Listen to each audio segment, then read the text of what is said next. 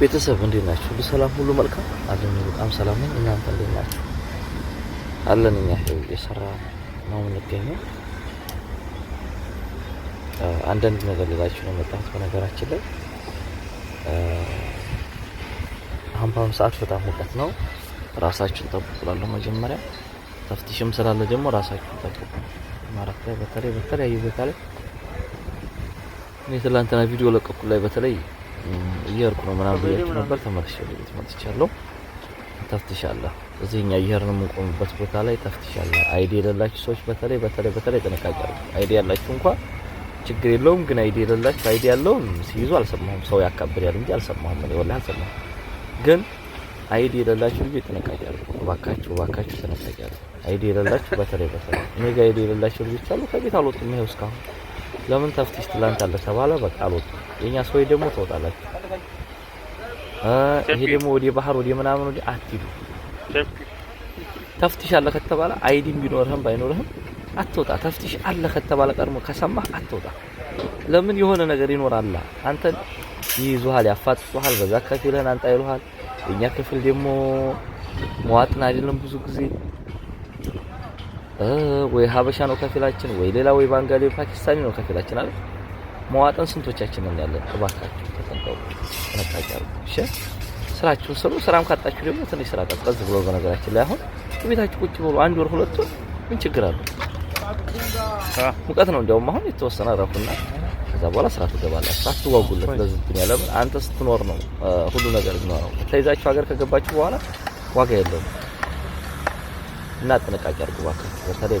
በተለይ ባህር አካባቢ ሄዳችሁ ማታ አሁን ሙቀቱስ እንዴት ያደርጋችሁ? እኔ የሚገርመኝ አሁን በአሁኑ ሰዓት እኔ አሁን የታዘብኩት ነገር ልንገራችሁ። በሙቀት ሰዓት ሴትና ወንድ አሁን እየተያያዘ መሄጃው ሰዓት ነው አሁን። እንደ አጋጣሚ ትላንት የሆነ ቦታ ሄጄ ሳልፍ ነው ያየሁት። እዛ እራት ልበላ ገለልኩና ቡሄር አካባቢ አልቤክ ልበላ ገለልኩ። በነገራችን ላይ አልቤክ እኔ ታዘብኩት እንዴ እዛ ተፍቲሽ አለ እየተባለ ሰው እየተነገረው ባህር በዛ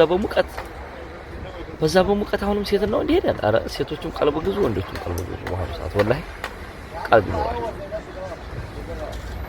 አሁን በአሁኑ ሰዓት መዝናኛውም አይደለም ያ ሙቀት። በዛ ላይ ጅንስ ሱሪ ተለብሶ አረ በጣም ይደብራል። በዛ ላይ እንዴ እኔ በዛ ሙቀት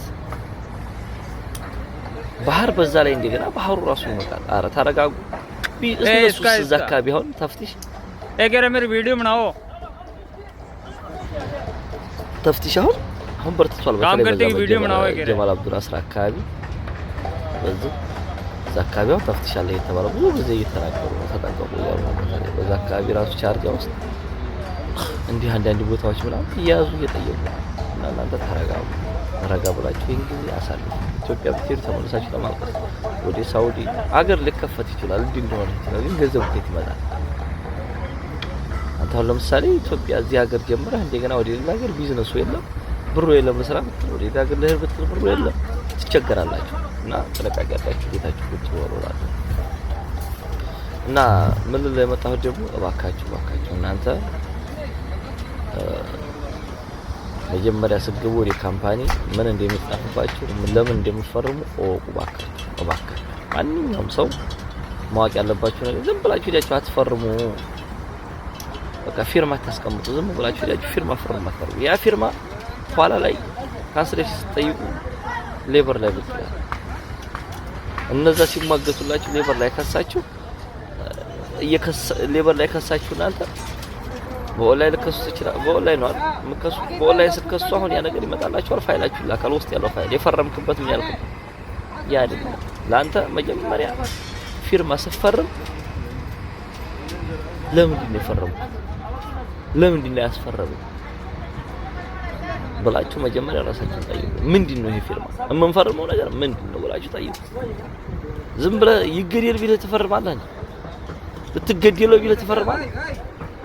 ይሄ ሰው የሚያስፈርመው እኮ እዲያ እንዲያለብህ አድርጎ በ300 ብር ቢያስፈርም በ400 ብር በ400 ድርሃም ቢያስፈርም እዲያ ያለበት ብሎ ቢያስፈርም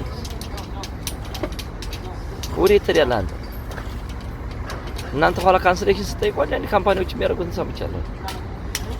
ምን ያደርጋል? አንተ የማትወጣበት ሪያ ውስጥ አስገብቶ ያስፈርማል። ኋላ ካንስሌሽን ስጠይቅ ያለብህ ይላል። ተፈርመሃል፣ በአንተ ተፈርመሃል። ህጉም የሚያውቀው እንደፈረምክ እንዲያለብህ ነው የሚያውቀውና ስፈርሙ እባካችሁ ስፈርሙ ተጠንቅቃችሁ ፈርሙ። ካምፓኒ ስገቡ ዝም ብላችሁ አትፈርሙ። ሲያስፈርሟችሁ ፈርም ሆነሃል። ጠይቅ፣ ይቅርታ ጠይቅ። ምን ሆነሃል አንተ ብትጠይቅ አትጎዳ። ምን ይነካላል? ብለህ ገብተህ እንደገና አስፈርሙ እንደገና ኋላ ካንስሌሽን ስጠይቅ እነሱ ግን ውስጥ የነሱን እግር ልሰህ ነው ኋላ ካንስሌሽን ታገኝ ማለት ነው። ስፈርም ግን መጀመሪያ ለምንድን ነው የፈረመው? የሚያውቅ ሰው ይዛችሁ ማለት ነው። የሚያውቅ ሰው ዋና ሰው ይዛችሁ አብራችሁ ሰውዬው ጋር ሆናችሁ መፈረም እና ፈርም ባላ ሰዓት አየሁ ሄዳችሁ አትፈርሙ። ተጠንቀቁ፣ ጥንቃቄ አድርጉ። ብዙ ሰው እየተሸወደ ነው። ብዙ ሰው እየተሸወደ ነው። እባካችሁ እናንተ የማታውቁ ልጆች፣ በተለይ የማታውቁ ልጆች ተጠንቀቁ። ሰው ጠይቁ። ሁሉ ነገር በመጠየቅ ነው የሚገኘው።